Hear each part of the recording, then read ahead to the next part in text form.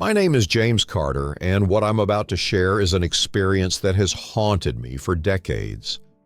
It's a story that defies explanation, challenging everything I once believed about the world. This encounter didn't just change my life, it unraveled it, leaving me with more questions than answers, and a fear that lingers to this day. I grew up in a small, quiet town in southern Oregon. Merrill was the kind of place where everyone knew everyone else, and life moved at a slow, predictable pace. The town was surrounded by dense forests and farmland, with the Cascade Mountains standing tall in the distance. It was a place of natural beauty where the troubles of the world felt far away. I was a simple man with simple tastes. My life revolved around my family, my work, and my love for the outdoors.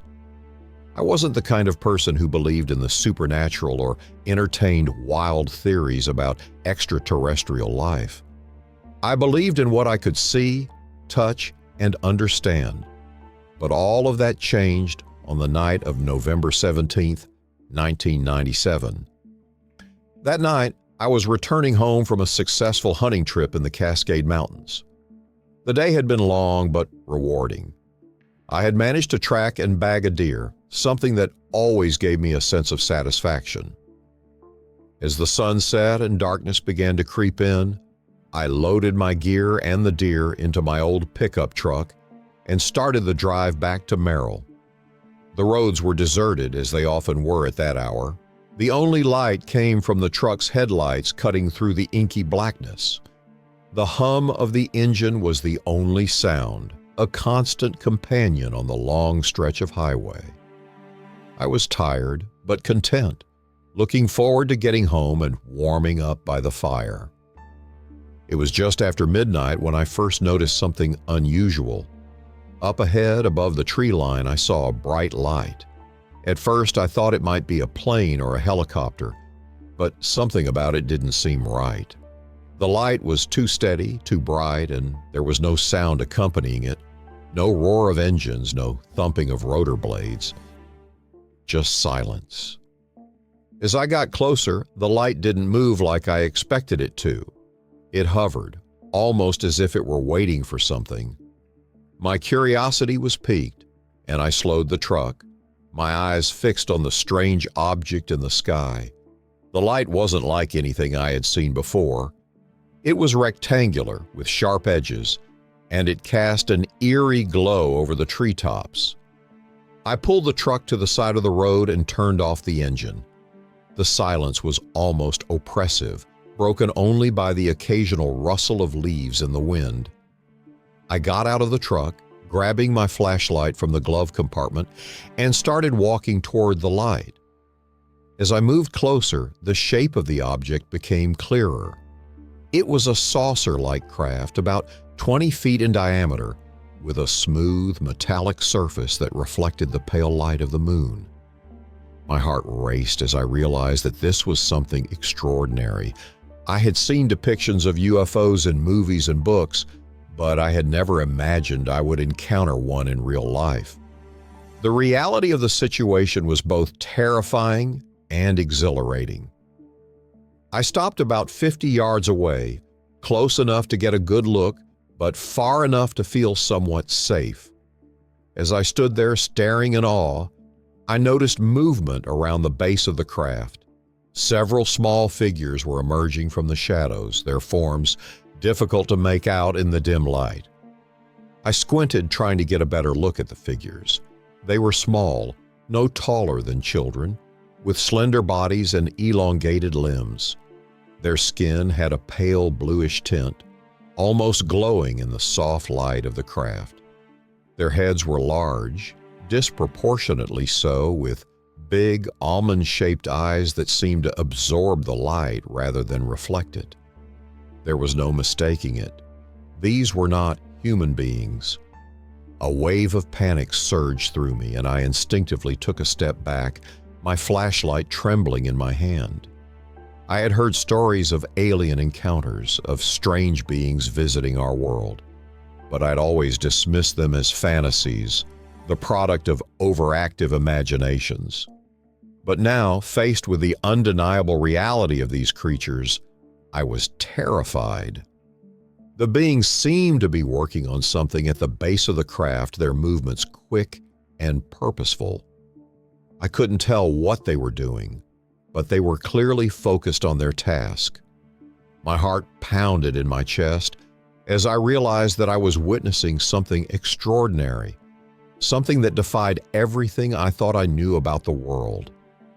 One of the beings turned its head in my direction, its large eyes locking onto mine. For a moment, I felt as though time had stopped. The being's gaze was intense, almost hypnotic, and I felt an overwhelming sense of dread wash over me. It was as if the creature was peering into my soul, seeing every fear, every doubt, every secret I had ever kept hidden. I wanted to scream, to turn and run, but I couldn't. I was rooted to the spot, paralyzed by a mixture of fear and fascination. The connection between us was unlike anything I had ever experienced. It wasn't just visual. It was as if the being was inside my mind, probing my thoughts, understanding me in a way that was both invasive and terrifying. Just as suddenly as it had begun, the connection was broken. The being turned away, its attention once again focused on whatever task it was performing. I staggered back, my legs feeling like they were made of jelly. My flashlight slipped from my grasp and clattered to the ground, the beam of light dancing erratically across the gravel. I watched in stunned silence as the beings continued their work, seemingly oblivious to my presence. The craft began to hum softly, a low, vibrating sound that seemed to resonate deep within my bones. The light grew brighter, and the figures began to retreat back into the craft, their movements fluid and graceful. Within moments, the saucer-like object began to rise slowly into the air, the hum growing louder as it ascended. It hovered for a few seconds as if contemplating its next move, and then, with a sudden burst of speed, it shot off into the night sky, disappearing from view in an instant. I stood there staring up at the empty sky where the craft had vanished, my mind struggling to process what I had just witnessed. It felt like a dream, a surreal experience that couldn't possibly be real. And yet, the evidence was all around me, the disturbed gravel, the lingering hum in the air, and the overwhelming sense of unease that had settled deep in my bones. Eventually, I forced myself to move, stumbling back to the truck on shaky legs. My hands were trembling as I fumbled with the keys, finally managing to start the engine. I drove the rest of the way home in a daze, my mind replaying the encounter over and over again, each time more terrifying than the last. When I finally reached my house, I parked the truck in the driveway and sat there for a long time, staring blankly at the dashboard. I couldn't bring myself to go inside, couldn't face the warmth and comfort of my home after what I had just experienced. It felt as though I had crossed some invisible threshold, stepping into a world where nothing made sense, where the impossible was suddenly all too real. Eventually, I made my way inside, my body moving on autopilot. I went through the motions of locking the door, setting my gear down, and heading to bed, but my mind was elsewhere, lost in a sea of confusion and fear. When I finally lay down, the events of the night continued to play out in my mind, refusing to let me rest. I didn't sleep at all that night.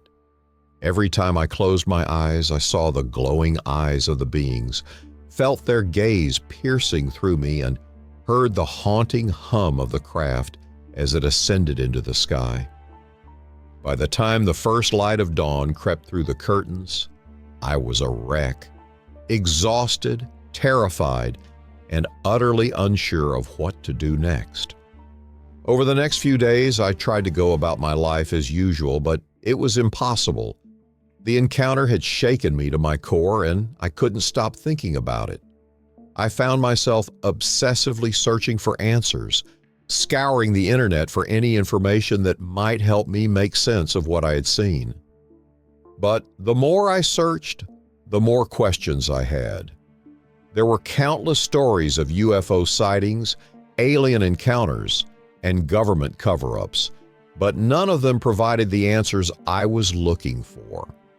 It was as if I had stumbled upon a hidden world, one that existed just beyond the reach of human understanding, and I was desperate to uncover its secrets. As the days turned into weeks, my obsession grew. I spent hours poring over articles, books, and videos, trying to piece together the truth. I even began to reach out to others who claimed to have had similar experiences, hoping that they might be able to shed some light on what I had witnessed. But no matter how much I searched, the answers remained elusive. I felt as though I was teetering on the edge of a vast abyss, peering into the unknown, and the darkness was starting to seep into my mind. I began to have nightmares, vivid and terrifying visions of the beings I had seen, of the craft hovering above me, of being taken aboard and subjected to unspeakable horrors. I started to withdraw from the people around me, isolating myself from my friends and family. I couldn't bring myself to talk about what had happened, couldn't risk being labeled as crazy or delusional. But the weight of the experience was too much to bear alone, and I could feel it slowly crushing me. It was around this time that I began to notice strange things happening around me. It started with little things, objects in my house that seemed to move on their own, strange noises in the middle of the night, and the feeling that I was being watched. At first, I dismissed it as paranoia, the result of my frayed nerves and overactive imagination. But then, things began to escalate. I started receiving strange phone calls, the line crackling with static before abruptly disconnecting. I noticed unfamiliar cars parked near my house, their occupants watching me intently whenever I left. And then there were the dreams, intense, almost lucid dreams where I found myself back in the presence of the beings, their eyes boring into mine, their thoughts invading my mind. It was during one of these dreams that I received a message, a warning that echoed through my consciousness like a distant thunderclap. We are watching you. Do not seek the truth, for it will only bring you pain. I woke up in a cold sweat, my heart pounding in my chest. The message was clear. Whatever I had stumbled upon, it was something that I was not meant to understand, something that those in power would go to great lengths to keep hidden. The fear that had taken root in my mind began to grow, festering like a dark cloud that hung over every aspect of my life. I became paranoid, convinced that I was being followed, that my every move was being monitored. I started to distrust even those closest to me, wondering if they too were in on the conspiracy, if they were part of the effort to keep me quiet. My mental state began to deteriorate rapidly. I was constantly on edge, my nerves frayed to the breaking point. I couldn't eat, couldn't sleep, couldn't focus on anything other than the gnawing sense of dread that consumed me. I started to feel like I was losing my grip on reality, like I was slipping into a world where nothing made sense, where everything was a threat. It was in the midst of this turmoil that I received an unexpected visitor. It was late one evening, just as the sun was setting, casting long shadows across the front porch. I was sitting in the living room, staring blankly at the television, when there was a knock at the door. My heart skipped a beat, and a wave of fear washed over me. I hadn't been expecting anyone, and the thought of opening the door to a stranger sent a shiver down my spine. I hesitated for a moment, then slowly got up and made my way to the door. When I opened it, I was met with the sight of a man in a dark suit, his expression serious and his demeanor cold. There was something about him that immediately set me on edge, a feeling of unease that I couldn't quite place. "Mr. Carter?" he asked, his voice flat and emotionless. "Yes," I replied, my voice trembling. "I'm Agent Daniels," he said, flashing a badge that I barely had time to see before he slipped it back into his jacket. "May I come in?" I hesitated, but before I could respond, he stepped past me and into the house, closing the door behind him. There was something about him that made me uneasy, and I could feel the hairs on the back of my neck stand on end. "Mr. Carter, I'm here to talk to you about the events of November 17th, he said, his tone still cold and detached. My heart skipped a beat. How did he know about that night? I hadn't told anyone, and I hadn't left any trace of my research online. The only person who knew was me. "How do you know about that?" I asked, my voice barely above a whisper. "We know more than you think, Mr. Carter," he replied, his eyes narrowing.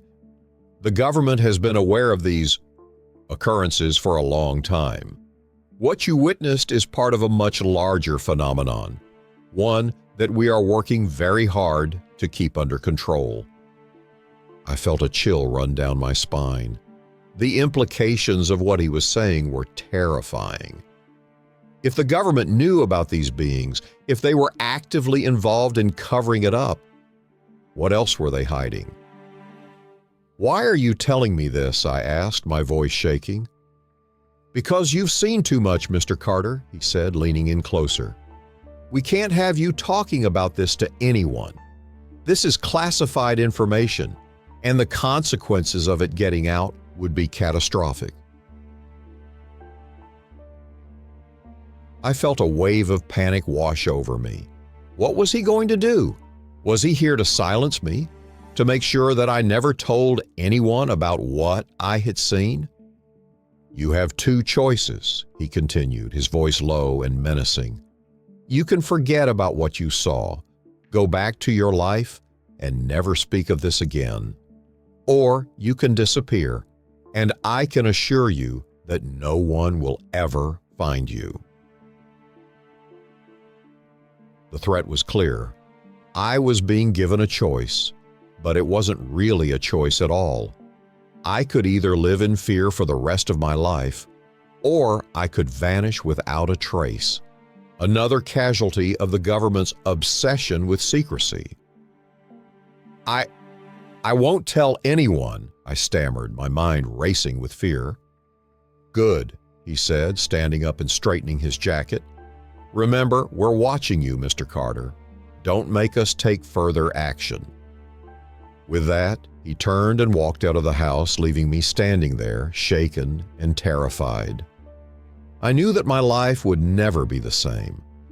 I had been dragged into something far beyond my understanding, something that I could never escape. In the weeks that followed, I tried to go back to some semblance of normalcy, but it was impossible. I lived in constant fear, always looking over my shoulder, waiting for the day when the government would come for me. The encounters with the beings didn't stop either.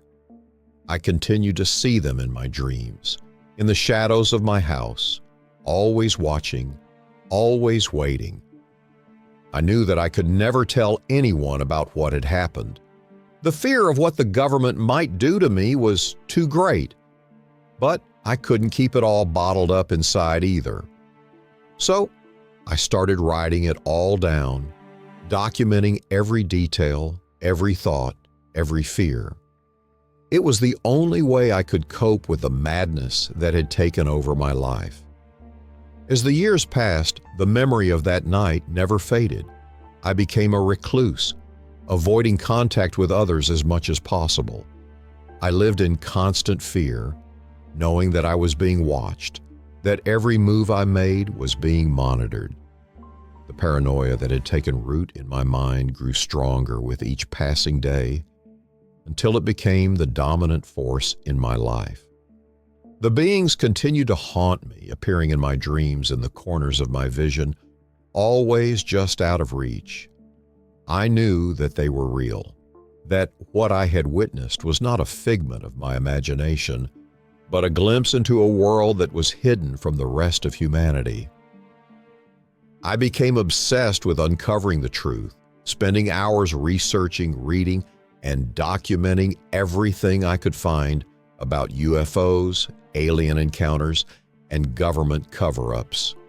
I knew that I was risking my life by doing so, but I couldn't stop myself. The need to know the truth was too strong, too overwhelming to ignore.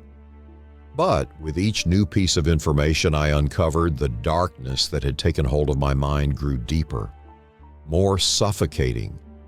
I felt as though I was being pulled into a black hole, a void from which there was no escape. The fear, the paranoia, the obsession, it was all consuming, leaving no room for anything else in my life. And then one night, I received another visit. It was late and I was sitting in my study surrounded by piles of books and papers when there was a knock at the door. My heart leaped into my throat and a wave of terror washed over me. I knew who it was, knew that they had come to silence me once and for all. I hesitated, my hand trembling as I reached for the door. When I opened it, I was met with the sight of Agent Daniels, his expression cold and unyielding. "Mr. Carter," he said, his voice like ice, "we warned you." I felt a chill run down my spine. I knew that this was the end, that there was no escaping what was about to happen. "We gave you a chance," he continued, stepping into the house, "but you just couldn't let it go." I backed away, my heart pounding in my chest. "Please," I whispered, "I'll stop. I won't tell anyone. Just let me go." Daniel shook his head slowly. "It's too late for that, Mr. Carter. You've gone too far, and now we have to make sure you won't talk." The next moments passed in a blur. I tried to run to escape, but there was nowhere to go. I felt a sharp pain in the back of my neck, and the world began to spin. Darkness closed in around me, and the last thing I heard was Daniel's voice, cold and detached. "Goodbye, Mr. Carter." When I woke up, I was in a small, windowless room. The walls were bare, the only light coming from a single, flickering bulb overhead. I was lying on a narrow cot, my hands and feet bound with thick straps. Panic surged through me as I struggled to break free, but it was no use. The door to the room creaked open, and Daniel stepped inside, flanked by two men in black suits. His expression was as cold as ever, his eyes devoid of any emotion. "You brought this on yourself, Mr. Carter," he said, his voice like steel. "You couldn't just leave it alone.